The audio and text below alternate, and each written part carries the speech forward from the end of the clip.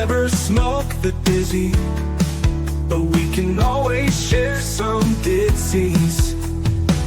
It's just a cup in time. This song doesn't have to run. Life's all of us, not every moment we can be feeling fine.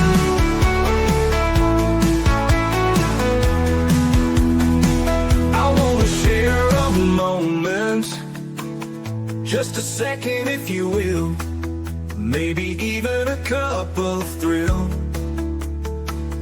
We could share this performance. It's tea time, come sit with me. Well, welcome guys. Miss Liz in the house, and I have the incredible Brian Kane in the background, and we're going to talk about corrections and systems and all that good stuff. And we're also going to talk about his tea tonight, and the tea that we're serving tonight is Purpose, People, and Outcomes. That is the tea we are serving tonight in this house. But before we get started, you guys know how Miss Liz rolls. Get over to those platforms: Facebook, LinkedIn, Instagram, TikTok, all those good platforms, and get to the podcast apps, Spotify, Listen Notes, Podbean, all those good ones. And check out babyboomers.org. They are partnered with Miss Liz, and we get those out there to all of the baby boomers out there. So check that out as well.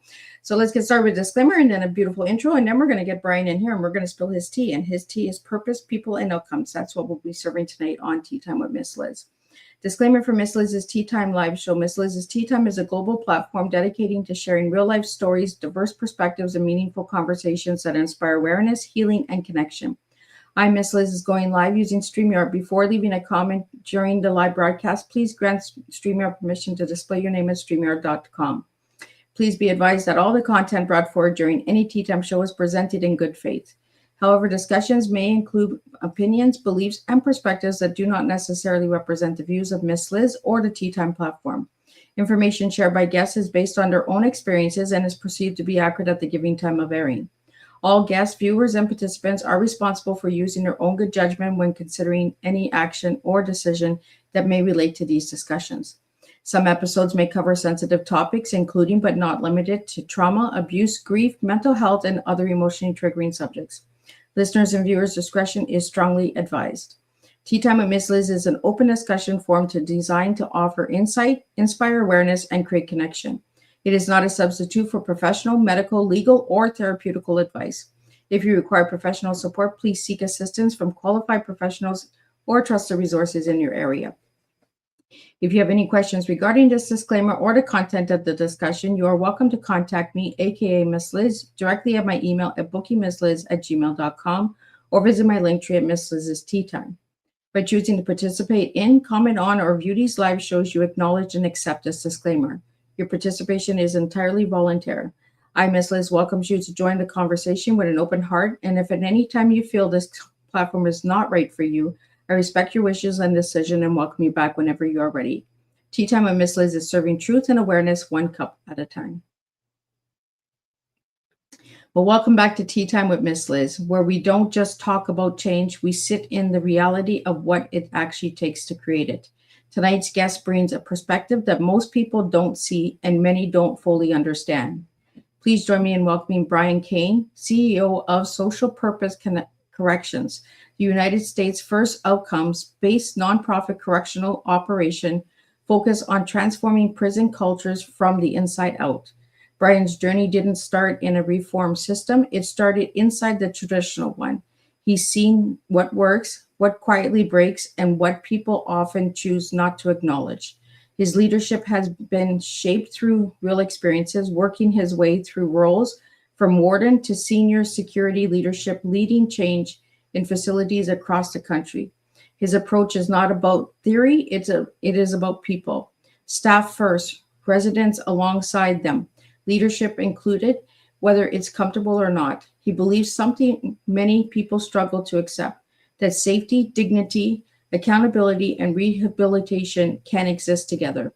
His T says it clearly: purpose, people, outcome. And his story reflects it even deeper: strength and purpose. Always faithful, relentless, resilience. So grab your cup and lean in. Tonight's Tea Time is about leadership, systems, and what it really takes to create change when the stakes are real. And let me get Brian in here. Let's spill some tea. Welcome, Brian. Thank you, Miss Liz. Appreciate you being here. Yeah, I'm excited to have a conversation today. Well, Brian, I'm going to take you down my first rabbit hole that I take all my guests down so we can get to know you a little bit better. Who was Brian as a little guy and who is Brian now? Brian, as a little guy, I grew up in Minnesota, not too far from the Canadian border. I know you're from Canada. I grew up, a little bit north of Minneapolis in a very blue collar town and very blue collar, expectations. And I grew up there. And once I got out of high school, I wasn't sure what I want to do with life. Where do I go? What do I do? I was a little bit lost, to be quite frank. And I decided to serve our country, and I went to the local military recruiter's office and said, "Who are you?" And they said, "We're the Navy, and you should come here." And they said, "We're the Army, you should come here." And I went to the Marine Corps office, and they said, "Well, we're the Marines, we're the best." And I said, like that, and joined the Marines, and that started my journey. And how long were you in the Marines for, Brian? 4 years, 6 months. Wow. So, Brian, before we get started, I'm going to talk about the tree because we know about the tree, but we're going to get my listeners to know a little bit about the tree. But I'm going to pull up your logo and just to share a little bit, and then we're going to get into what social purpose corrections is. So let me just pull up the tree so people can see the tree we're going to talk about. But if you want to point to the tree that's in your office. Right there, if you can see it. Yeah, the tree that's on my wall. Yeah, it's... When I founded Social Purpose Corrections, I was leaving the warden's chair. Wardens aren't exactly known as being the most innovative, creative when it comes to branding and marketing. It wasn't exactly a skill set you have when you're running a prison. It's how do we connect with the message? How do we connect with the values of our organization? And I was really struggling. I was like the phoenix, born from the ashes kind of thing. And I was like, that's everywhere. And then it hit me. The tree that's on the wall was made by my mother years ago.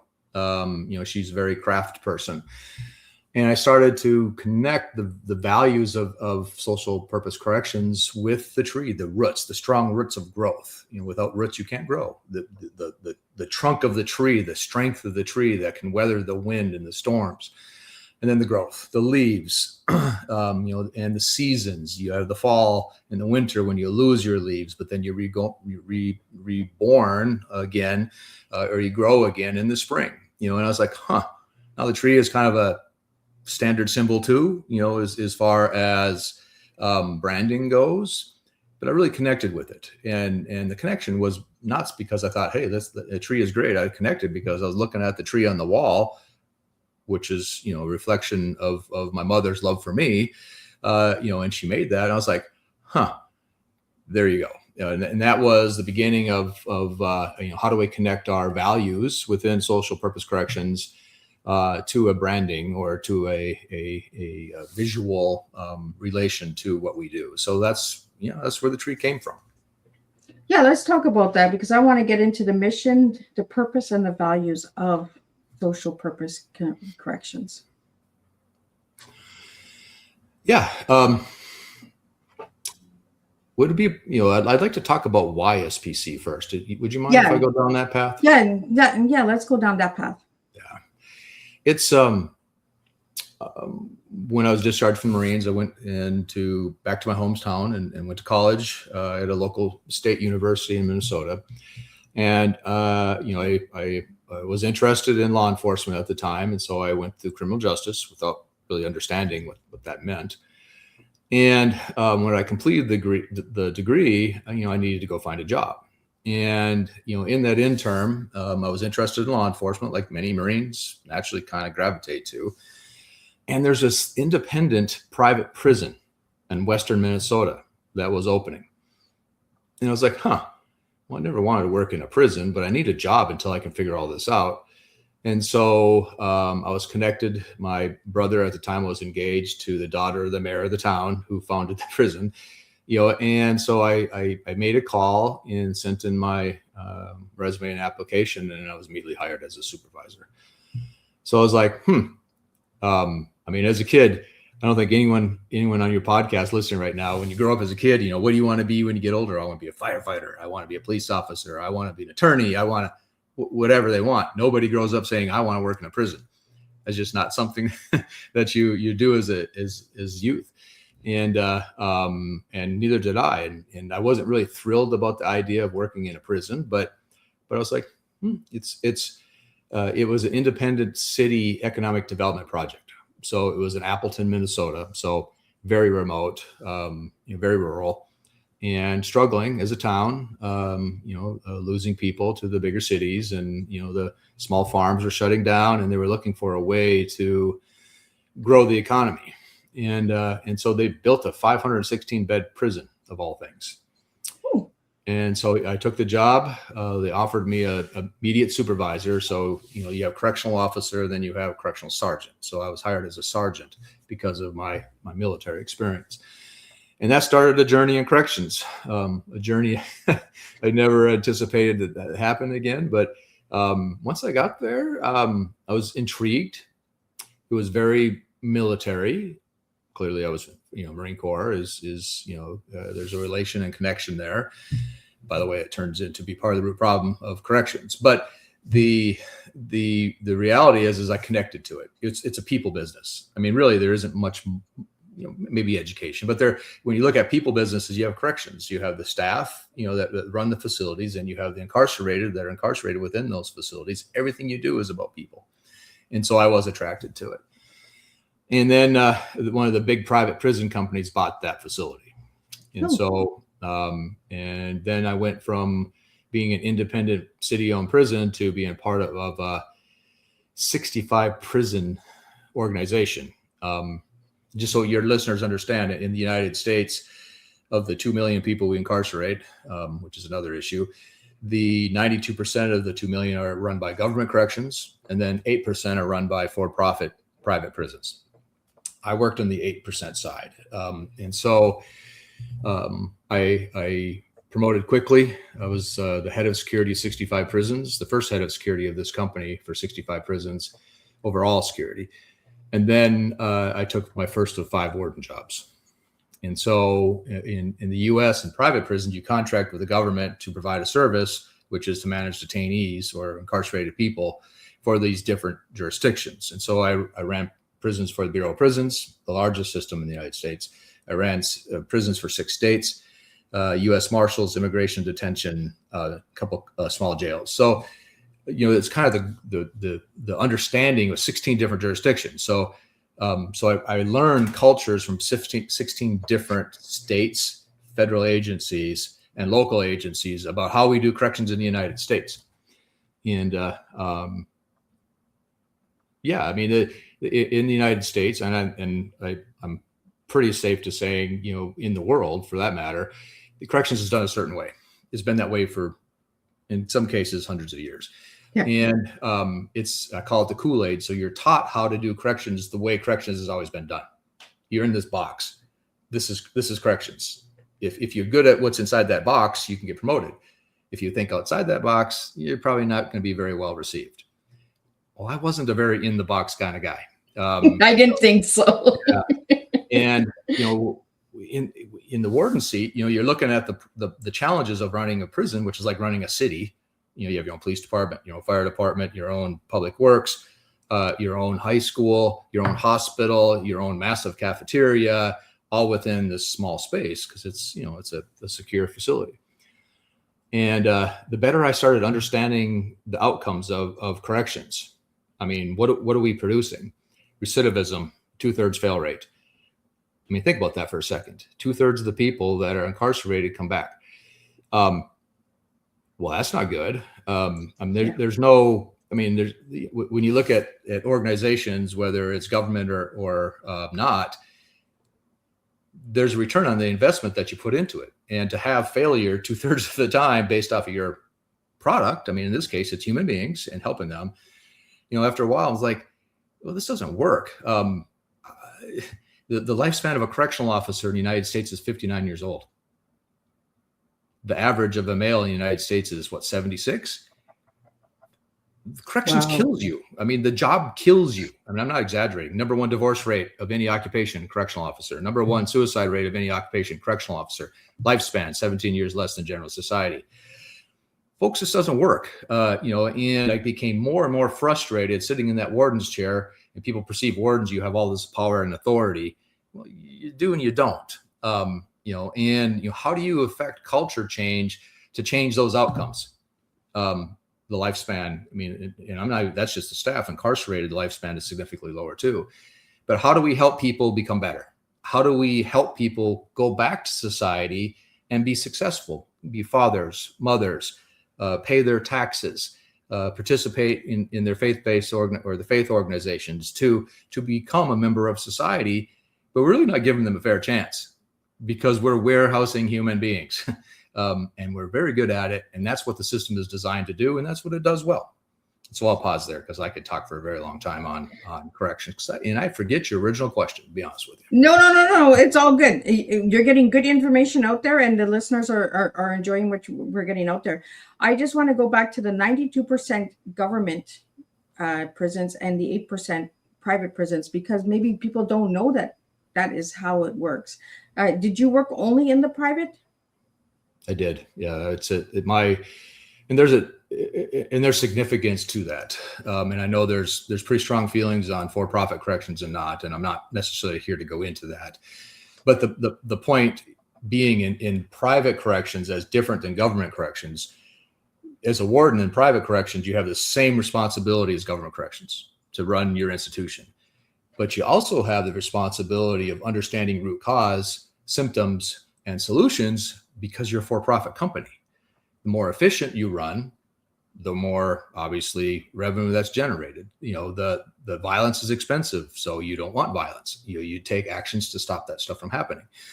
And part of the challenge is private prisons in the United States are based off of what's called heads and beds. They're paid by the numbers of people incarcerated. So although I worked for the private prisons for a very long time, the incentive of how they're compensated is off. I mean, if you're in a traditionally government function of corrections, you need to provide value. It's my opinion that if you're a contract agency, which our nonprofit now is contract, it's a different kind of contract. We're not private, but you should be paid by your ability to help society, not by your ability to hold people. And so, the private sector is supposed to bring innovation to solutions. That's part of the value of having private sector in a traditional government area. And so, I saw the money being generated through these private prison contracts, being fed to the corporations and in many cases to Wall Street. And that's not where the benefits of the efficiency should go. And so I believe that we should have an outcomes-based model where people, if you're not government, you're in the correction space, you shouldn't be there unless you're providing value. And that value has to do with returning people to society to be successful. I mean, that's really the end result. Reduce recidivism, decarcerate our system. We have too many people in there as it is, sometimes longer than they probably need to be. And how do we help move that needle, move that values-based concept to helping human beings? I'm not even going to get into the fact that once you're a felon and you're released from prison, the felon tag that's associated to it, all the 10,000 challenges that come with that stop you from being successful. So, I'm not here making excuses for people, because accountability is important. Yeah. But we need to give people a fair chance. In many ways, the system just does not do that. Well, and it holds that stigma on you for a long haul. Like, once you do your time, when you come out, you're still doing time because you're not able to get housing or get a job or get the education. So how does social purpose corrections help people with all of these things? Well, I mentioned the box earlier. We're outside the box, and in some cases way outside the box. But if we're gonna help our government leaders, because corrections is a government responsibility, if we're gonna help our government leaders bring innovation, to change the culture of how we do corrections, then we need to think outside that box. And that's who we are. Most of our team are operators like myself, several of them were wardens, some of them more experienced than me, who ran facilities, but really had ethical challenges with the outcomes and why we did what we did. Our team's full of activists, impacted people that did time, that were incarcerated. And it's how do you bring all these different ideas, experiences to the table, along with the advocates, along with the legislators, along with the governor's office, along with the government decision makers, on helping them change their outcomes or move their outcomes in a better direction of decarcerating. It's a term I use, but to give people a fair chance at free life and success. When people get out, with $50 in a bus ticket and no education, and then we're surprised when they harm society again. I mean, what do you think is going to happen? Desperate people make desperate choices, and we have to move away from the desperate people philosophy. We need to educate our legislators, because in many cases they don't give the Department of Corrections the budgets they need to be successful. Corrections is very expensive, by the way. It's like the third largest line item of any state in the United States. So yeah, it's our model is more based off of, we're a resource for government leaders, number one. We're a collaboration of nonprofits and socially responsible for-profits, with some caution there. We don't want to incentivize decisions based off of money.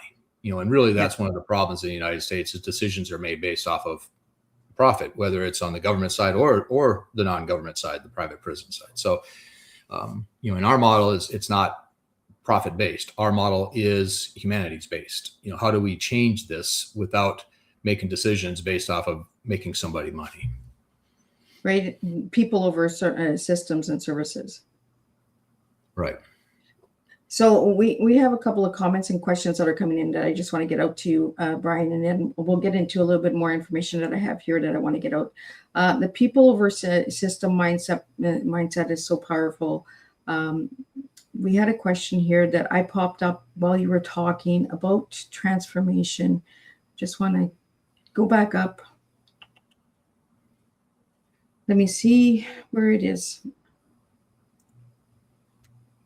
This conversation is so powerful. How can systems really shift mindset long term?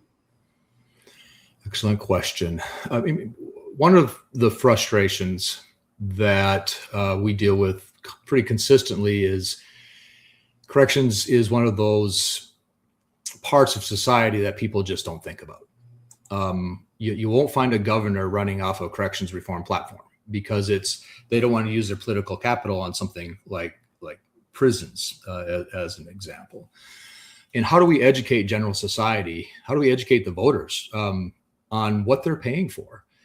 I live in the state of Arizona. I think it's up to $1.8 billion a year now, the third largest budget line item in Arizona, and they just don't see things changing. And it's not necessarily because of the leadership in Arizona, because I can tell you the current director of corrections has the right value systems, has been successful in other systems before, and he's trying to make changes. It's just hard to change that pendulum. And the perception of general society is, well, these are where bad people go. Why are we paying attention to them? They don't really need more resources than they have, and they just don't think about it. But the reality is the outcomes of corrections is affecting everybody in society. And so, I mean, how do we educate the voters in many ways? Hey, this is important to you. Number one, we're creating more victims when we're releasing people out of prison or jails completely unprepared. Number two, these are human beings. All human beings, make mistakes. We all have, and we don't want to all be judged by our worst moments in life. And in many ways, that's what we do in corrections in the world, more or less the United States, is how do we help them be prepared for success in society, to be successful in society, to take care of their children, to pay tax, like I said, all the things associated to it. But the generals, the tax-paying voter doesn't understand that. They see the high-profile so-and-so was killed, or so-and-so was a sexual assault, or so-and-so, and they see these high-profile cases out there, and then they make a judgment that everybody in prison is like that. And that's not even close to the case. Most of the people in prisons are people that just made bad choices. but they're not bad people. Now, there is an exception, folks that probably need to be in prison the rest of their life. They're that damaged. But the reality is that's by far the minority. The majority deserve a fair chance. And I went on soapbox there, and I hope I answered the question. But I think that's one of the challenges is the voter, the person that influenced the politics influences corrections and its outcomes. We need to educate society about what corrections is and what they're paying for, and they're not getting a return on that investment. Why do you think, Brian, that we're not putting people first? Like, why are we so hard on just accepting that they're going to come back? 8 out of 10 are going to come back. Well, most don't know that.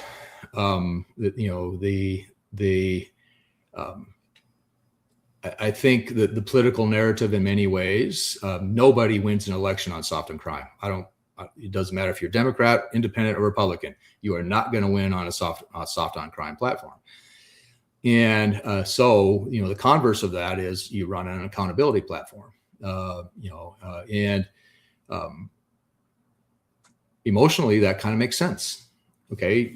We all have the same rules. I don't break the law. If I did, then I would be held accountable too. You break the law, therefore you should be accountable. But they don't understand that many of the folks that are in incarceration never really had a fair chance in the first place. And I can give examples of that if your listeners want to hear to it. But it's and I don't excuse. There's many people come from some of these poor communities that don't cause crime, but there's also a good number that do cause crime. And so accountability is important, but at number one, it needs to be measured accountability. Giving somebody 20 years for selling a bag of marijuana, seriously, you can't correct that behavior in less than 20 years. And as a general taxpayer, you're paying for that punishment for an extended period of time when it's not really necessary. The message you could get across, number one, in either a different way than prison, or obviously something that's less than putting somebody away for a very long time. That's quite expensive to all of us.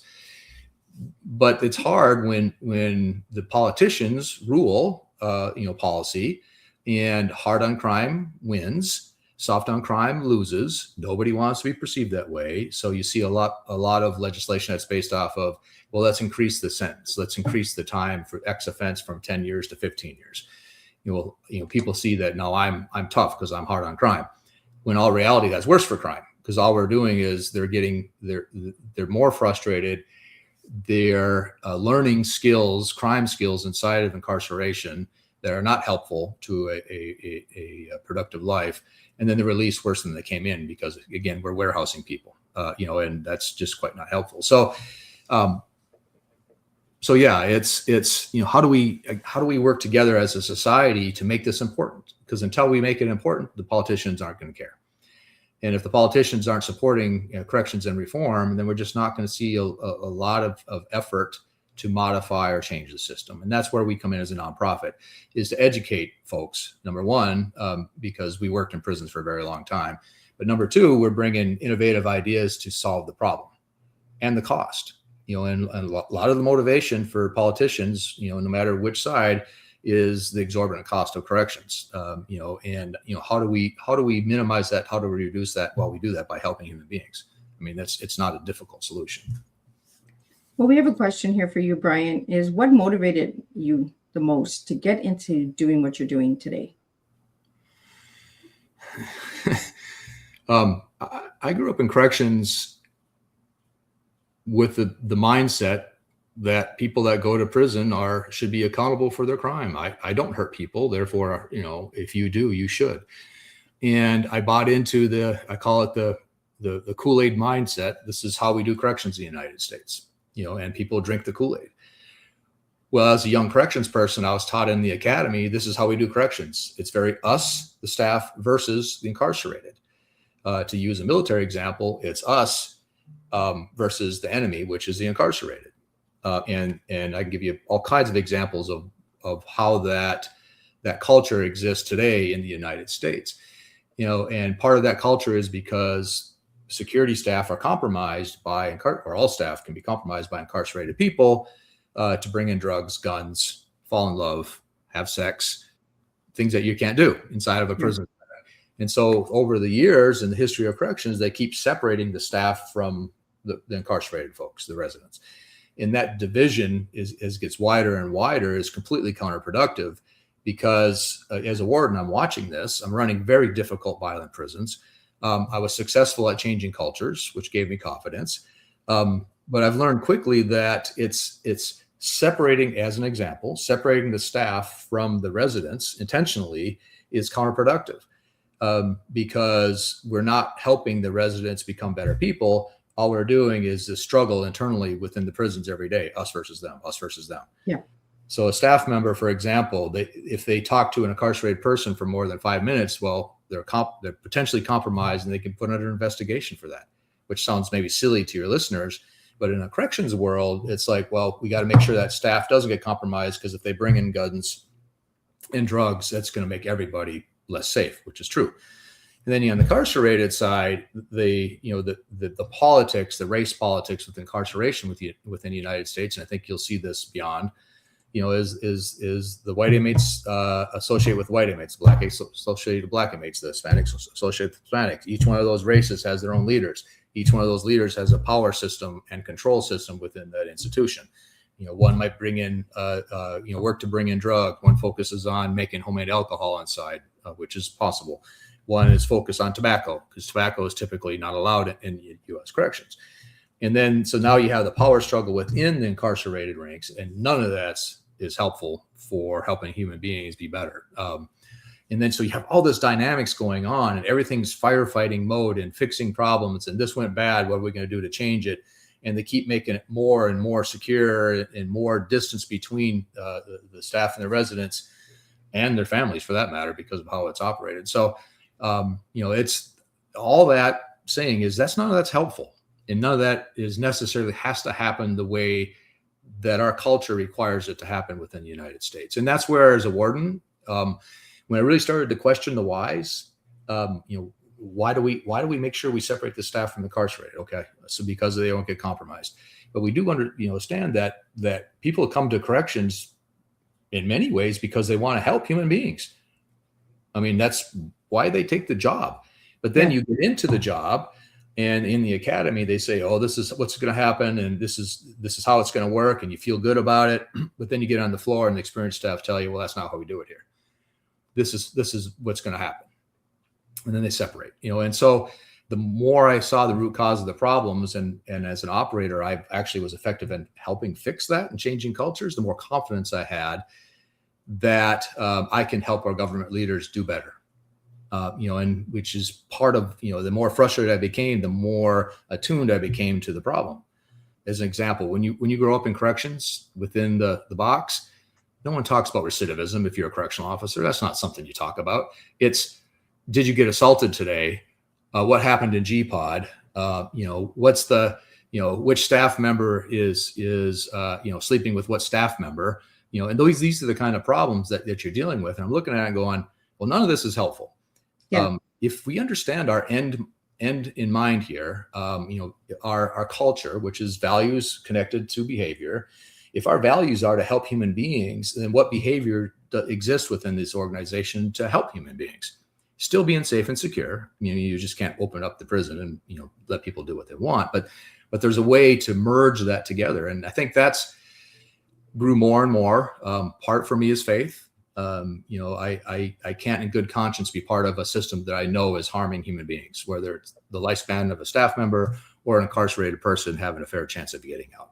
And so that started that journey of me questioning the outcomes and taking that step off that ledge in a world knowing that there's a good chance that we're going to fail, but somebody has to bring a new solution forward. And so that's part of the journey. Brian, in your time being a warden, were there people where you were like, they were just in the wrong place at the wrong time? And like, what are they doing here? As a warden, you typically, as a staff member in general, you don't look at people's crimes. You do that on purpose. All of us have bias on, what people do to other human beings. And it's pretty common that you intentionally don't know what a person's crime is because you don't want to know.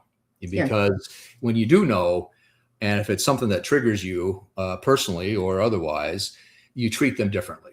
And you can't do that. Everyone's got to be treated the same, no matter what their crime is.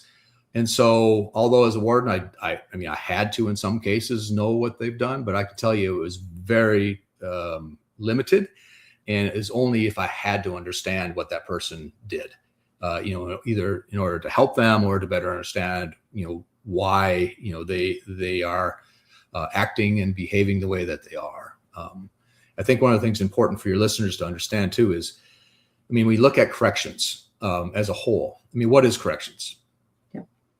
It's the melting pot of our society's challenges.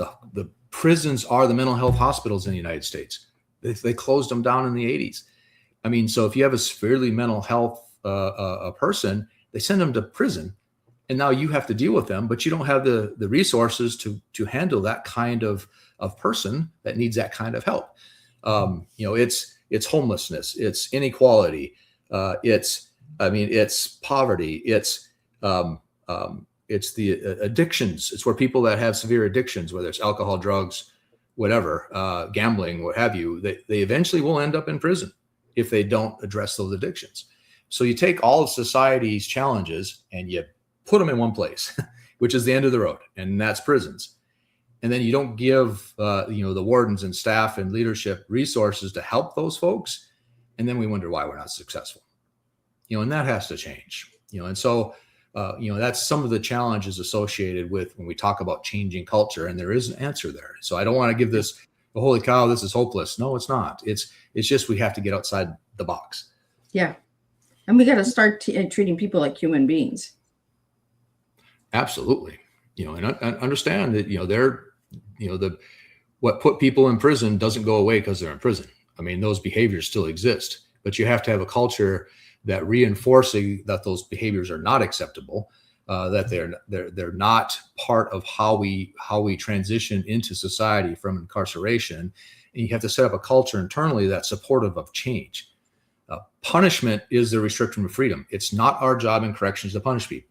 It's our job in corrections to help people. Punishment is the restriction of freedom. They can't go home. They can't get on the internet. They can't hug their kids, and tell them a story, a good night. That is punishment. And so, we need to understand that let's move away from a punishment model more to a treatment model or a helping model, so that these people that we incarcerate, these human beings, can go home successful. Well, we have a question here about leadership that I just want to bring up is, how can leadership change culture inside correctional facilities? I mean, leadership in corrections is tested at the warden's level, just to be quite frank. It's the wardens, assistant wardens, chief of security, shift supervisors. These are the higher levels. Then you have the medical leadership and so on. So if a leader has the mindset of corrections has been this way for the last 200 years because it needs to be this way. Corrections is this way because that's what I was taught to do. Corrections is this way because that's what I was cultured my whole life. And I wasn't allowed to challenge it, or I don't want to challenge it. A lot of wardens, it's their last job before retirement too. And I think, and I say that as a general overview, there are really good leaders that will push back on the system, understanding that the outcomes are awful. And so the leadership is key in that culture. In corrections, and I say this in general, there's an infinite mindset, where this isn't about just today. This is about making a better system for the generations past us. And a lot of people don't think that way. It's just their crisis management, because that's what prisons are. It's crisis on it every day. There's constant things going wrong. And so when you get into this crisis management as a leader, and you can't move the culture forward. So it takes leadership to say, okay, step back. Let's look at the holistic problem here. And then how do we move forward together? And it's a top down, but it's also bottom up. The correctional officers and the incarcerated folks have to be listened to. They have ideas. They live in those facilities on how to make them better. But if you don't listen to them, truly listen and act on their suggestions, as a leader, you can't expect the culture to change. And so leadership is key. Corrections also is quite famous for congratulations, you're promoted, figure it out. Wow. It's a model where you're a correctional officer, you do well, you get promoted to the first level supervisor. but you won't go to leadership training for 3-6 months, a year. And how many people are you going to damage in that time frame if you don't have the appropriate skill sets to lead people? And then corrections also promotes people internally. So if I'm a correctional officer and I did things wrong, and now I'm your supervisor and I'm telling you what to do, they will quickly go back to him and say, that's not what you did. And so you have this challenge of internal within that culture of how do we change that leadership impact on those people. So it's a much more dynamic problem and advantage than what I'm able to say right now, with the time we have. But the point being, to your listener's question, yes, leadership is critical to changing the culture, but we got to get that leader outside of the box. We got that leader to see the root cause of the problem, quit fixing symptoms, and address that root cause. Listen to your people, and you'd be amazed of what you can do. Well, it kind of goes back to the tree, right? The root cause, finding what is causing all of this disruption. And like you said, there's so much mindset, and prisons have been told this is the way it works. Don't try and change it. Don't come in here and try and change this house. This is the way the house runs. With the government prisons, do you have any feedback on that for my listeners? Like with the outcomes and all that, are they looking at bettering stuff, or are they just set in their ways? No, they're constant. There's some excellent leaders in our country, but going back to the leadership question, the directors of corrections in the United States for the states are appointed by the governor of that state. And so the average tenure of a director of corrections in the US is 2.5 years. So as you can imagine, how effective are you going to be in changing culture when the leadership of your organization changes every 2.5 years on average? And whether that's something that goes bad and the governor replaces you, or there's an election and the governor changes and they always bring in their person. So the continuity of leadership is always challenged, which is a root cause to some of the problems. So you have a very, very innovative leader that comes in that understands the challenges with the culture, is very programmatic, is very purpose-driven for the staff. If they want to do what's right, they start, and the analogy I like to use for government corrections is they're driving an aircraft carrier. Sorry to use a military analogy, but it takes forever to turn an aircraft carrier. They're huge, they're complicated. Well, corrections is an aircraft carrier. It takes forever to get it to change. And then when they start to get it to change, well, then they're replaced. Well, the person coming in, talking about the infinite mindset, sees, well, I want to do it my way. Well, then, so they want to change what the last director did. And so now this aircraft carrier is starting to turn back to the other way. And if that person is a traditional corrections person, the way it's always been done, they're not want the aircraft. It's going to go straight. Yeah. They want that aircraft carrier going the way it's always gone, because that's what they know. That's what they expect. And so that's part of the challenge. I mean, I've seen so many good, passionate leaders that come into those positions. I want to do what's right. We're going to change the culture. And then 2.5, 3 years later, they're gone and nothing's really changed. And then the next person comes in and says, I want to change the culture. We're going to do X, Y, and Z, and then 2.5 years. And then the staff after a while, they're like, yeah, right. Nobody's changing nothing. Yeah, like change. It's not because we have bad leaders. We have great leaders. It's just that the bureaucracy of the system on changing, and turning that aircraft carrier is so difficult. And then they just don't have the time in many cases. Even if you have 5 years in the job, 7 years in the job, you're trying to turn a culture where the correctional officers like it the way it was. So you can, from the leadership, you can say, we're going to do something different. But if they passively push back, which happens, that's part of the problem of steering that aircraft carrier. It's getting everybody to buy in that these are human beings. They need to be treated with respect and dignity. The staff have to come first. Because the staff are the ones that engage with the incarcerated on a day-to-day basis. If they're unwell, lifespan of 59 years old, if they don't see purpose in their job, or they're not allowed to have purpose in their job because of the culture, well, nothing ever changes. And so that's one of the challenges of the government corrections is the bureaucracy of it. If the governor says, hey, director of corrections, your job is to keep me off the radar. I don't want I don't want anything in the funny pages. I don't want anything that's looked negative on me. I'm going to run again for office next time. I just want you to keep corrections quiet. Well, that's not helpful. Yeah. Because then the person who works for the governor, that's assigned by the governor, is going to do what the governor tells them to do. The aircraft carrier goes straight. There's no changing. There's no turning. And so those are some of the challenges I think associated, at least within the U.S. I can't imagine it's a ton different outside the U.S. On how do we bring around change, within corrections. We have a question here. How can society support individuals after incarceration? Wow, that's a huge question. Philosophically, we have to give them a fair chance. I mean, there's research out there, and I've read, this has been a while, but there's research out there saying there's 10,000 reasons why somebody can't be successful, because once you're a felon, you're punished for the rest of your life. You as a felon, you can't get an apartment because they'll do a background check on you, and if you have a felony record, no matter what it is, you can be immediately denied. You can't use Airbnbs if you're a felon. You can't. The job seekers, there's always that box that says, were you ever convicted of a crime?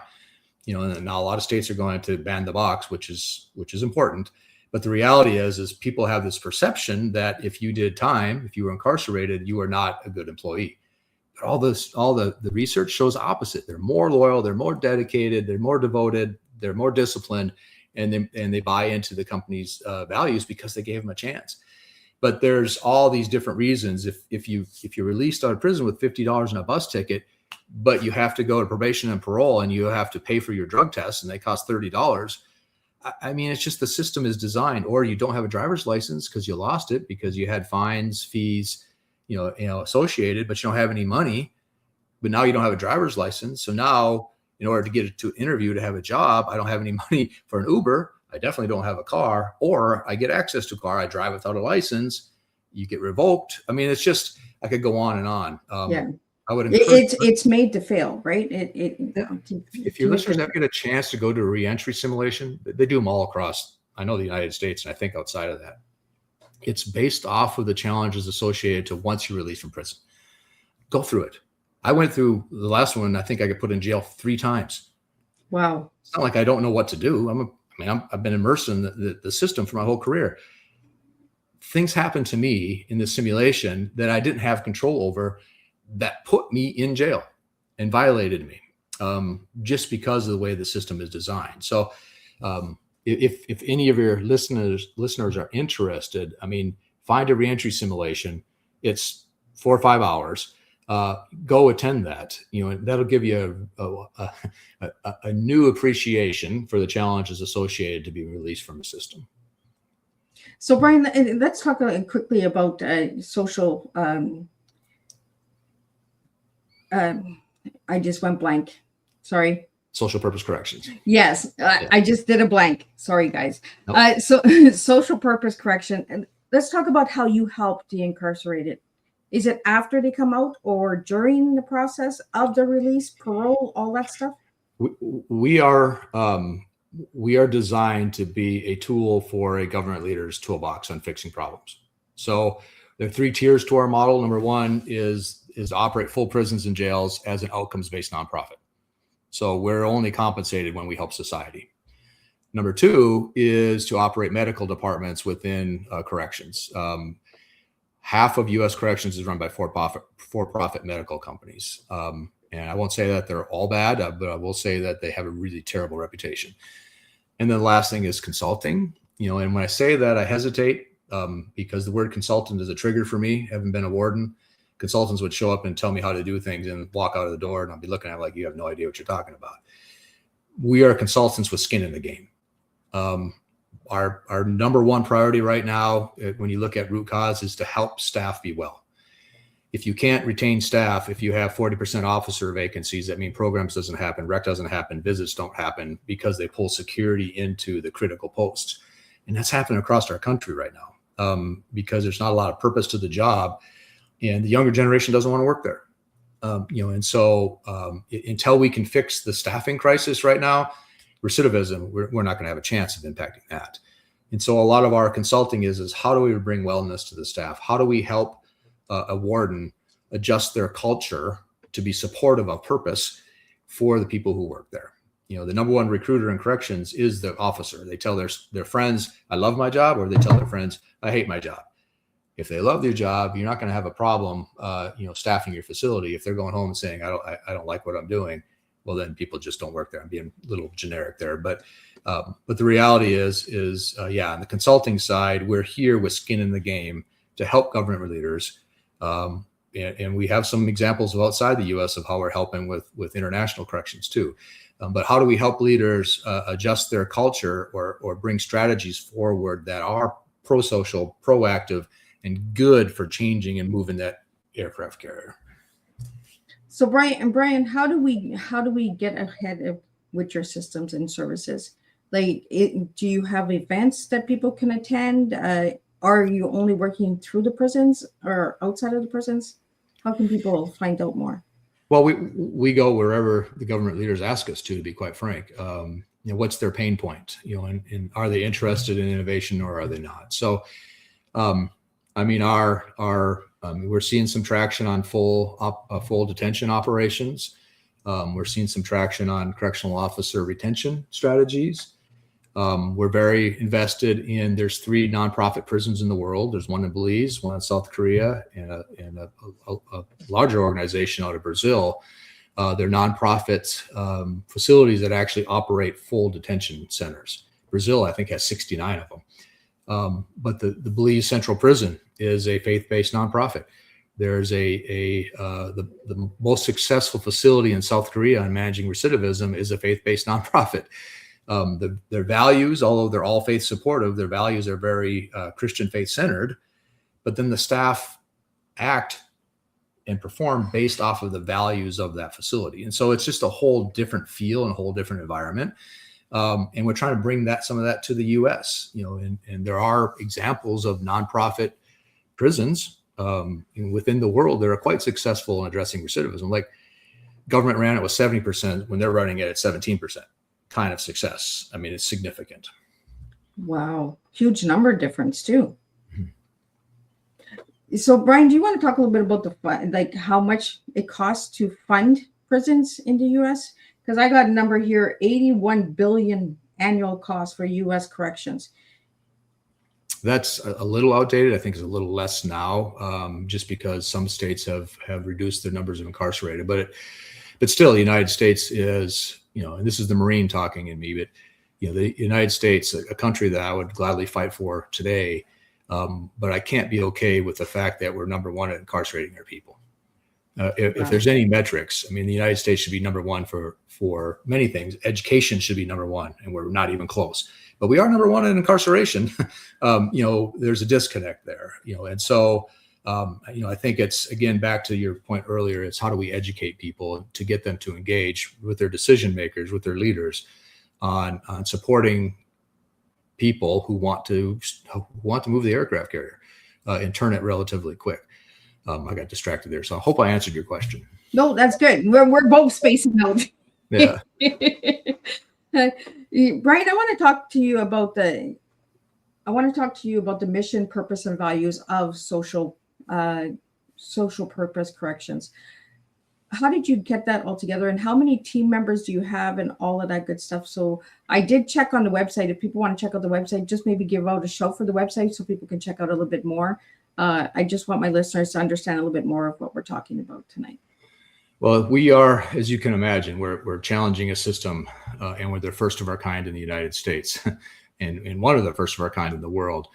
And there's been some significant resistance, but that's okay. We knew that going into this, that this wasn't going to be an easy ask. In fact, the chances of us not being successful were quite high, just because of the ingrained culture and how we do corrections. Our team is still small and mighty. We're up to 15 now, whether it's paid or volunteers. In fact, we're having a new volunteer that just joined the team. But we take people on the team for specific skill sets right now, because of making sure that we're well-rounded in our ability, to affect change. So we're a bit of a disruptors in the space, which is I know disruptor is a bit of a powerful word, but the reality is we're innovators, we're creative, we're purpose-driven, and we're seeing more and more interest and traction in who we are. For us, once we get 1 or 2 facilities and we're outcomes based, so somebody independent of us is going to measure us as compared to what the government does, not us. And once we show that this humanity-based model is more effective for safety and security and helping human beings, we're going to significantly grow. The problem with a brand new idea that's never existed before is people see us as risk, and leaders are risk averse. They don't want to look bad, specifically if they have political motivations. So it's been a challenge. We're 5 years old. We've had some small projects. We have some big projects coming online that I can't talk about yet. But yeah, I mean, if you're interested in challenging the status quo and the assumptions and corrections, take a look at our website, which you have up there. Thank you, on your screen. Take a look at what we're doing. If you have the means, we are a 501c3. So in the U.S., that's a tax exempt nonprofit. So there, if you have the means, donate to us, help us get established. It's hard. Leaving a word chair, I thought, well, this is an easy idea. People are going to donate. No, raising money is hard. It is hard. It's harder than running a prison. I'll just tell you that. And running a prison. If you're raising money easy, you're doing something wrong. But support us. Don't even if you're not interested in supporting us specifically, calling your legislatures and say, tell me what you're doing with corrections. What are your outcomes? Why are we spending this much money as a taxpayer, and what is that return on our investment? How are we treating people while they're incarcerated, and ethically, is that right or wrong? I think the better we can start educating general society, especially the voters, about corrections, and start to make it a priority for our government leaders to pay attention to it, to fund it, to support it, we're not going to see any changes. So if you're not happy with the status quo on the corrections front, please take that initiative, and ask the right questions and encourage the decision makers to make this a priority. This is about the people of your country. This is important. Absolutely. And Brian, what final message would you have for the listeners tonight? I'm thankful for being here. We are not going to fix this problem alone. If you're listening to this, and you're intrigued by what we're doing, please reach out to me direct. I love to have a conversation with anyone who's interested. Or if you're not in the United States, if you're outside the United States and you want ideas on how to help your home country's correction systems, they're not all that different. We're happy to help. So reach out if you're interested. Take that initiative. Together we can make a difference.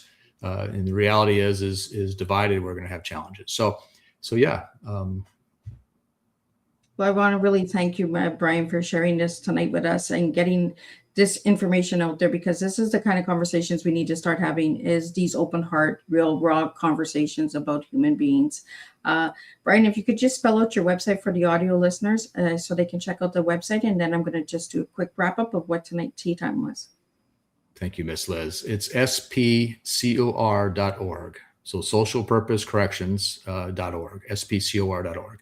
If you put it in AI, it'll find us right away, or if you Google search it too. Well, thank you so much. And thank you to the listeners out there. And thank you for the people joining in and bringing your questions and comments. I could not do this without all of you guys. This is why we do tea, and we serve real raw tea at this table. So tonight's conversation was a real and necessary conversation. Brian, thank you for bringing truth to the table, not the polished version, but the lived one. You reminded us that real change doesn't come with applause. It comes with resistance, discomfort, and the decision to stay when walking away would be easier. Tonight, we were reminded that systems don't change unless people do, and that leadership is not about control. It's about accountability, consistency, and the willingness to invest in others, even when it's hard. Your work shows us that when we focus on people, truly focus on them, we create environments where growth, responsibility, and transformation can actually happen. Here is something to carry with you after this tea time. Where in your life are you being called to stay, do the hard work, and lead, even when it's uncomfortable? Because real impact doesn't come from what looks good on paper. It comes from what we choose to build, fix, and stand in. day after day. Until our next cup, keep sharing, keep showing up, and keep doing the work, and keep choosing purpose over comfort. And I'll see everybody next week, and we'll do this all over again.